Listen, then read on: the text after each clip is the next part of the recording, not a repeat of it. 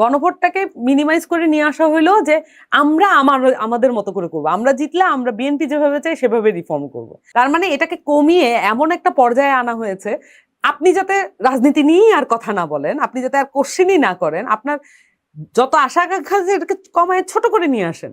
আপনার কাছে কেন মনে হয় যে বিএনপি একটা অরাজনৈতিক জেনারেশন তৈরির পথে আছে?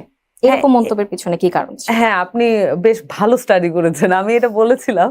এটার একটা কারণ হচ্ছে আমার একটা বোধোদয় হয়েছে যে যখন আপনি রুল করতে চান কোনো সোসাইটি, কোনো কান্ট্রি, কোন একটা জনগোষ্ঠী, রুল করার প্রাথমিক শর্ত হচ্ছে আপনি অনেক বেশি চ্যালেঞ্জড হইতে চাইবেন না, অনেক বেশি আপনাকে কেউ কোশ্চেন করবে এই জিনিসটা আপনি চাইবেন না, এটা কন্ট্রোল করতে চাইবেন। ফলত আমার কাছে মনে হচ্ছে যে ওই যে আমাদের আকাঙ্ক্ষা ছিল আকাশ সমান, যে আমাদের সোসাইটি সবকিছু পরিবর্তন হয়ে যাবে, সেই আকাঙ্ক্ষাকে কমিয়ে আমরা ঐক্যমত্য কমিশনে নিয়ে আসলাম, তাই না?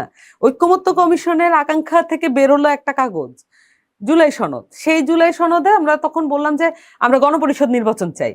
ঠিক আছে, গণপরিষদ নির্বাচনটাকে সালাউদ্দিন আহমেদ আমাদের বর্তমান স্বরাষ্ট্রমন্ত্রী বললেন না আমরা এটাকে গণভোট করি। গণভোটের ব্যাপারে উনি অসম্ভব দারুণ কিছু যুক্তি দিলেন, আমরা এগ্রি করলাম, ঠিক আছে গণভোট করি।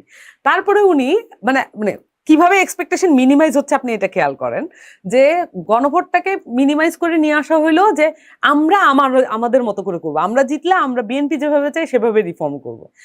ওই বিএনপি যেভাবে চাই সেভাবে রিফর্ম 31 দফায় আপনার সমস্ত কিছুই ছিল, ওনারা যেগুলোতে বাধা দিয়েছেন বা দ্বিমত জানিয়েছেন ঐকমত্য কমিশনে, ওগুলো সবই বিএনপির 31 দফার অংশ।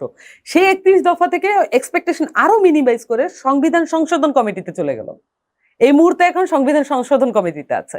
তার মানে সংবিধান সংশোধন কমিটিতে শুধু সরকারি দল আছে আর বিরোধী দলের কেউ নেই। সো আপনি দেখেন যে কোথায় আকাশ সমান, আকাশ সীমা পর্যন্ত আপনার এক্সপেকটেশন বা আপনার সম্ভাবনা, সেটাকে কমিয়ে আনতে আনতে কোথায় এনেছেন। এখন সমস্যা, এখন বিষয়টা হচ্ছে আমার তো আর প্রাসঙ্গিকতা নাই।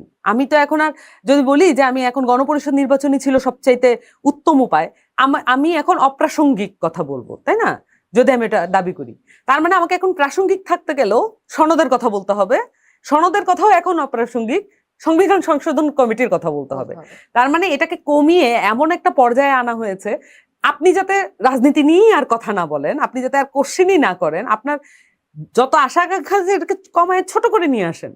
ছোট করে নিয়ে এসে আপনি শেষ পর্যন্ত কি করবেন? দুইটা দলের মধ্যে কথা বলবেন, আমি এনসিপি করি, আপনি বিএনপি করেন, আরেকজন জামাত করে, এইটুকুর মধ্যে সীমাবদ্ধ থাকলে এটা এনাফ। আমি এইটাকে নির্দেশ করেছিলাম বেসিক্যালি।